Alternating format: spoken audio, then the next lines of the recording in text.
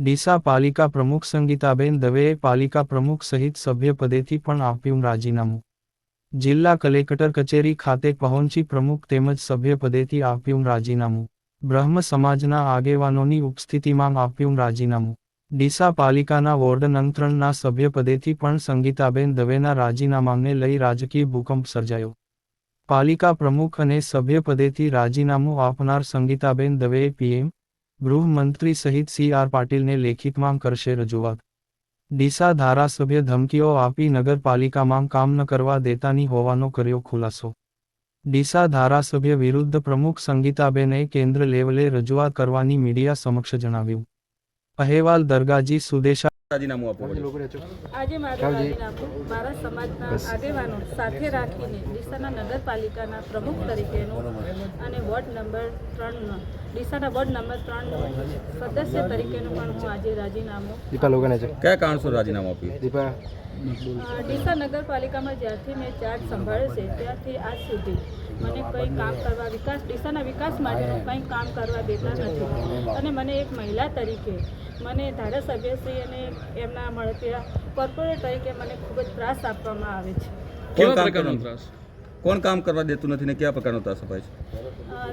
જ્યારે ત્યારે હું પહેલા દિવસે જ્યારે મેં ચાર્જ સંભાળ્યો ત્યારે પણ હજી મને મેન્ડેટ મળ્યો નગર પ્રદેશમાંથી જ્યારે મને મેન્ડેટ મળ્યો ત્યારે પણ મારા સભ્યપતિ કેમ આપવું પડ્યું? કેમ રાજીનામું પડ્યું સભ્યપતિ? એટલે આજે મેં રાજીનામું નગરપાલિકાના પ્રમુખ તરીકે અને સભ્યપદનું પણ આપ્યું છે અને સભ્યપદનું પણ હવે હું ડીસા નગરપાલિકા અમુક સભ્યો અને ધારાસભ્ય મને ખૂબ ત્રાસ આપ્યો તો હવે મારે સભ્યપદનું પણ રહેવું નથી. કયા પ્રકારનો ત્રાસ આપ્યો? એમનો ત્રાસ ખૂબ જ માનસિક, એમના જે કામો હતા ખોટા કામો મારા પાસે કરાવ્યા હતા, એમના અંગત કામો મારા પાસે કરાવ્યા હતા. હું એ કામો કરવા માગતી નથી અને મેં ચોખ્ખી ના પાડી કે હું ખોટા કામો કરીશ નહીં. એ મને ખૂબ એ પ્રમાણે મને દબાણ આપતા હતા અને ત્રાસ આપતા. કયા કામો કરવાની વાત કરતા? એમના અંગત કામો. ટીપી વાળો શું વિવાદ હતો? હા, એ એમના જે અંગત કામો હતા એ જ પ્રશ્ન છે, એના લઈને મને ખૂબ દબાણ આપતું. ટીપી વાળો વિવાદ હતો? હા, એમને ટીપીનો એ બધો અને અમુક આપણા સદસ્ય છે એમના ખૂબ દબાણો છે.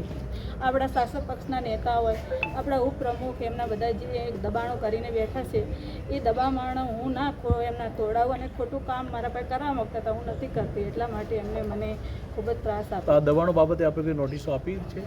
હા, નોટિસો નગરપાલિકામાંથી આપેલી છે. હવે ભ્રષ્ટાચાર કર્યો છે એવા પણ આક્ષેપ ગઈકાલે લાગ્યા હતા, શું કહેશો? હા, પણ એ મને સાબિત એક તો કરીને બતાવે મેં ભ્રષ્ટાચાર કર્યો એવો. અને હું બીજું પણ કહેવા માગું છું કે મેં જ્યારે હું બોલી હમણાં આગળ એ રીતનું મને પ્રદેશમાંથી જ્યારે મને મેન્ડેટ આપ્યો સી.આર. પાટીલ સાહેબે ત્યારે પણ હજી મેં ચાર્જ પણ નહોતો લીધો ત્યારે જઈને એમને રાજીનામા જિલ્લામાં ધરી દીધા હતા.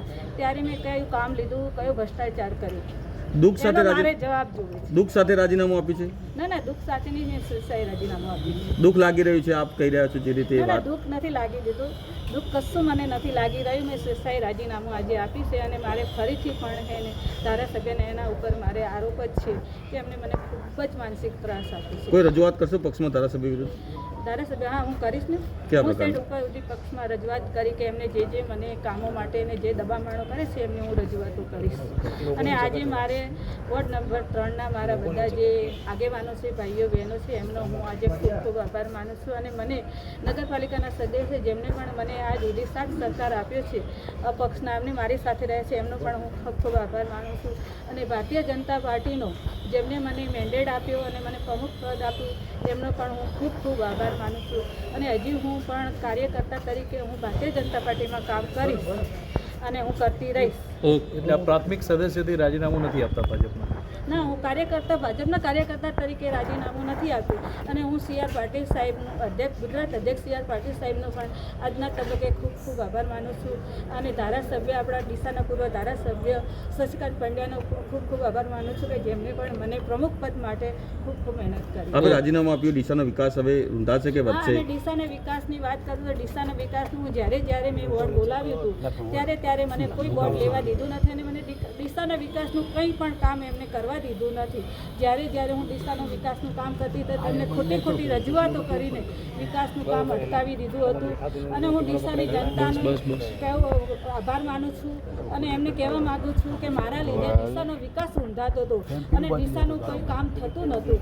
એટલે હું આજે રાજીનામું પ્રમુખ પરથી આપું છું. ઓકે મહેશભાઈ, આજે નગરપાલિકાના પ્રમુખે રાજીનામું આપ્યું, શું કારણથી આપ્યું છે અને કેમ? એમને ભારતીય જનતા પાર્ટી દ્વારા અમે રાજીનામું આપવાનું રવિવારે એમને સોમવાર 10 વાગ્યા સુધીનું કહી દીધું. અમારી પાસે સંગઠનનું એમનું સંકલન નહોતું અને ભારતીય જનતા પાર્ટીના કોઈ કાર્યકર્તા કે અમારા ચૂંટાયેલા સદસ્ય જોડે એમનું કોઈ સંકલન ન હોવાથી ભારતીય જનતા પાર્ટી એમને સોમવાર 10 વાગ્યા સુધીનું રાજીનામું પણ એમને રાજીનામું ના આપતા સતત એમને બોર્ડ બોલાવી અને પાર્ટીની અવગણના કરતા. તો પછી અમારે ભારતીય જનતા પાર્ટીના આદેશ અનુસાર એમને 3 લાઇન વ્હીપ આપી અને બોર્ડ મુલતવી રાખવાનો અમે એમને આદેશ કર્યો. એ આદેશને અનુસરી પછી એમને બોર્ડ મુલતવી રાખ્યું અને પોતાનું રાજીનામું આપવા માટે આજે કલેક્ટર પહોંચી ગયા.